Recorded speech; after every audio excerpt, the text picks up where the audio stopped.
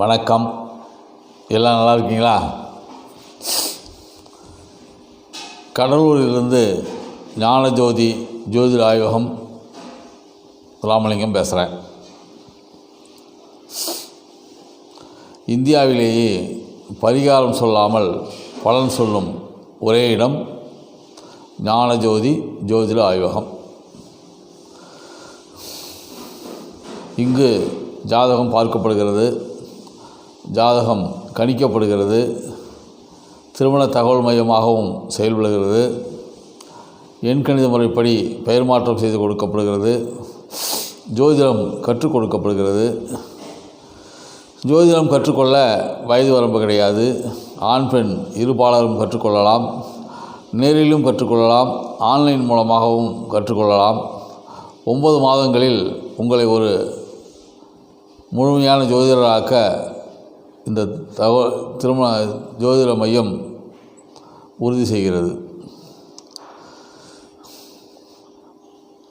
இந்த குரூப்பில் உள்ளவர்கள் தங்களுக்குண்டான சந்தேகங்களை என்னுடைய தனி வாட்ஸ்அப் நம்பர் 8220015694 822015 என்ற எண்ணுக்கு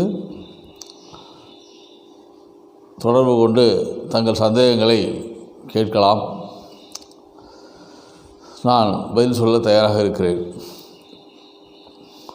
இன்று குரு பயிற்சியை பற்றி தங்களுக்கு சொல்ல இருக்கிறேன். பொதுவாக இந்த சனி பயிற்சி, குரு பயிற்சி எல்லாம் பொது பலன்களையே கொடுக்கும். அது ஒரு தனிப்பட்ட ஜாதகரை முழுமையாக கஷ்டங்களையோ சோகங்களையோ கொடுக்க வாய்ப்பில்லை. பொதுவாக பொது பலன்களையே கொடுக்கும். ஜென்ம ஜாதகப்படி அவருக்கு நல்ல தசாபுத்தி நடந்து நல்ல நேரம் நடந்தால் நிச்சயமாக இந்த சனி குரு பயிற்சிகளும் நன்மைகளை கொடுக்கும். தசாபுத்திகள் சரியில்லை என்றால் நிச்சயமாக குரு பயிற்சி, சனி பயிற்சி நல்ல பலன்களை கொடுக்க வாய்ப்பில்லை. ஆக எந்த பயிற்சியுமே கெடு பலன்களை கொடுக்காது. ஒன்று நல்ல பலன்களை கொடுக்கும், இல்லை என்றால் பலன்களை கொடுக்காது. நியூட்ரல். அவ்வளவுதான் எனக்கு தெரிந்த விஷயங்கள். சனி பயிற்சி மனிதனை வீணாக்கிவிட்டது, இவன் அடியோடு அழிந்து விட்டான் என்று சொல்லும் வாய்ப்பு நிச்சயமாக கிடையாது. இந்த குரு பயிற்சியினால் இந்த மனிதன் படுபாதாளத்திற்கு சென்று விட்டான் என்று சொல்வதும் நிச்சயமாக கிடையாது.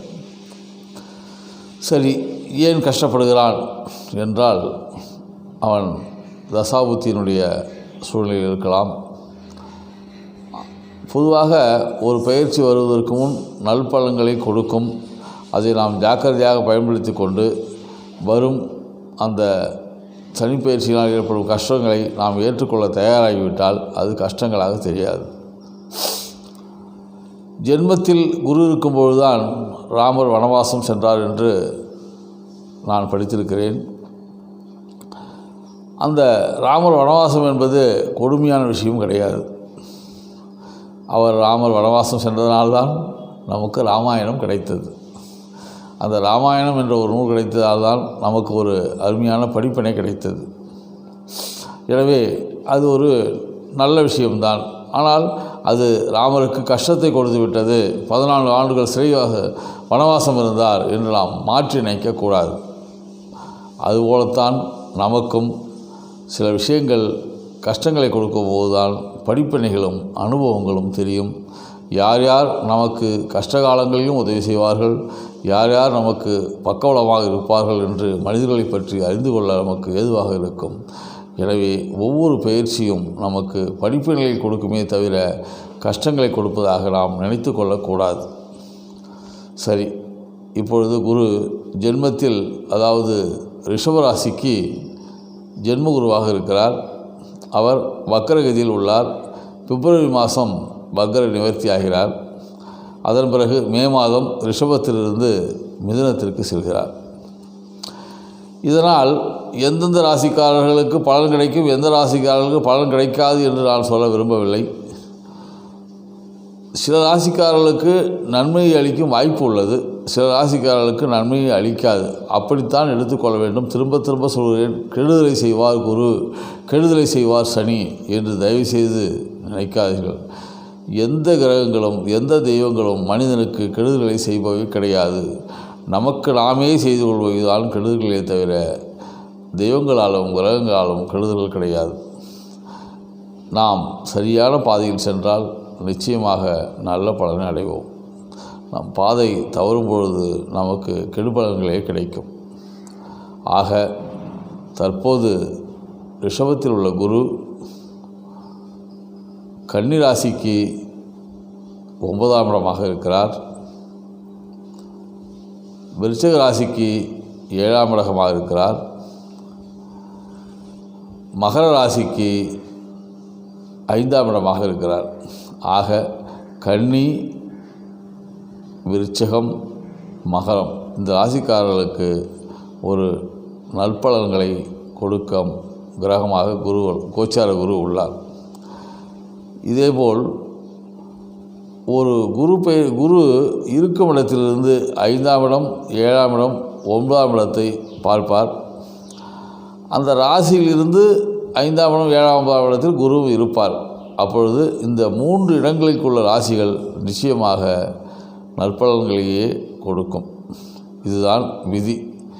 அது வருடம் குரு பயிற்சி வரும்போது மாற்றம் என்பது கிடையாது. இதே தான் விதி. 5, 7, 9 இடங்களில் குரு இருந்தாலோ அல்லது பார்த்தாலோ நிச்சயமாக குருவால் நல்ல பலன் கிடைக்கும். ஆக மீதி ராசிக்காரர்களெல்லாம் கெடுதலா என்றால் நிச்சயமாக கிடையாது. நன்மையும் இல்லை, கெடுதலும் இல்லை, நியூட்ரல். குரு நியூட்ரலாக இருப்பார் என்பதே என்னுடைய கருத்து. எனவே எந்த பேச்சையை பார்த்தும் நீங்கள் பீதி அடைய வேண்டாம். தைரியமாக இருங்கள், அதை எதிர்கொள்ள தயாராகுங்கள்.